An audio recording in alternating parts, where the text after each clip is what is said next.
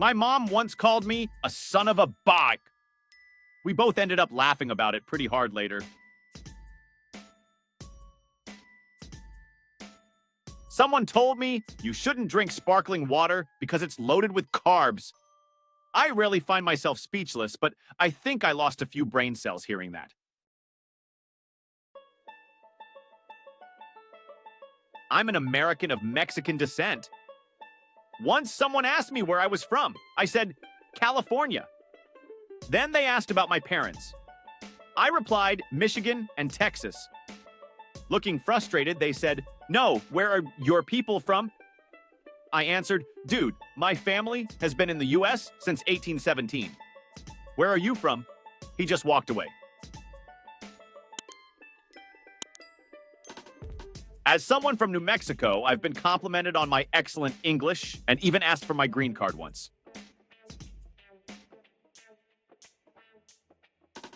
I have a friend who refuses to believe in things he hasn't personally experienced. For example, he told me allergies aren't real. When I asked why, he said, well, I've never had them. It's all in people's heads.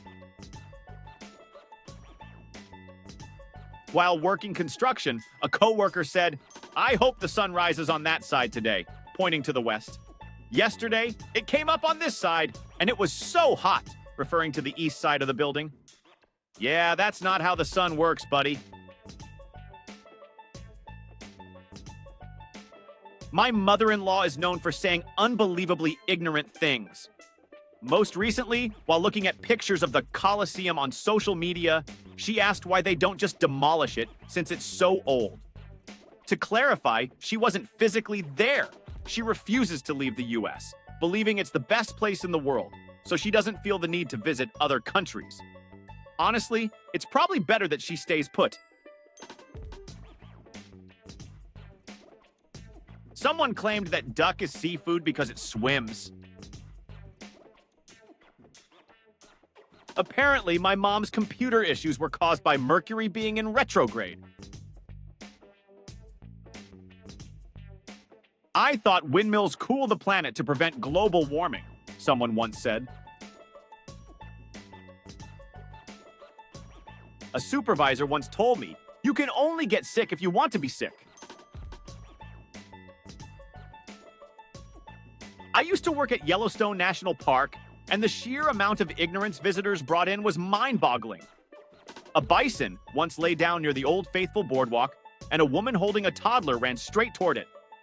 I grabbed her by the back of her shirt and pulled her back down. She screamed that she was going to sue me in the lodge for ruining her perfect vacation photo.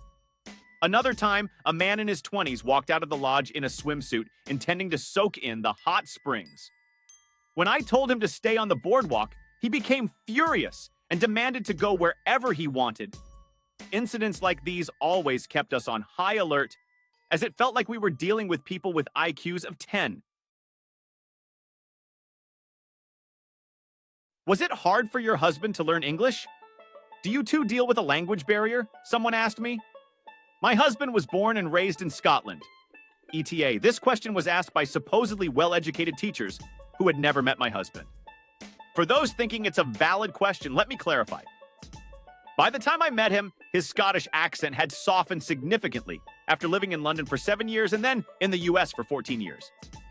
He used more American terms like pants instead of trousers to ensure people understood him. Back in 5th grade in Mississippi, a girl asked me if I saw the world as flat because of the shape of my eyes. I'm Asian.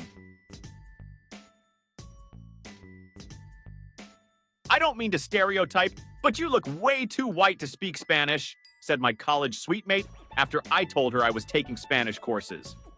Ironically, this was coming from someone who was always against stereotyping. A friend of mine traveled to the US with her family when she was younger.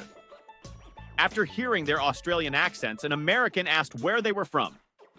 When they answered Australia, the person confidently asked, "Oh, which state is that?" In elementary school, we were learning about local Native American cultures and legends.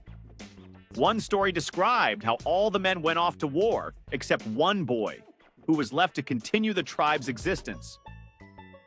During a debate, a girl asked loudly why the boy didn't just die with the others since the women could keep the tribe alive. I, having already had the talk, tried to explain that a tribe needs at least one man to survive. She shouted back, "That's not true! We know how to fish!" I couldn't stop laughing and was sent outside the classroom.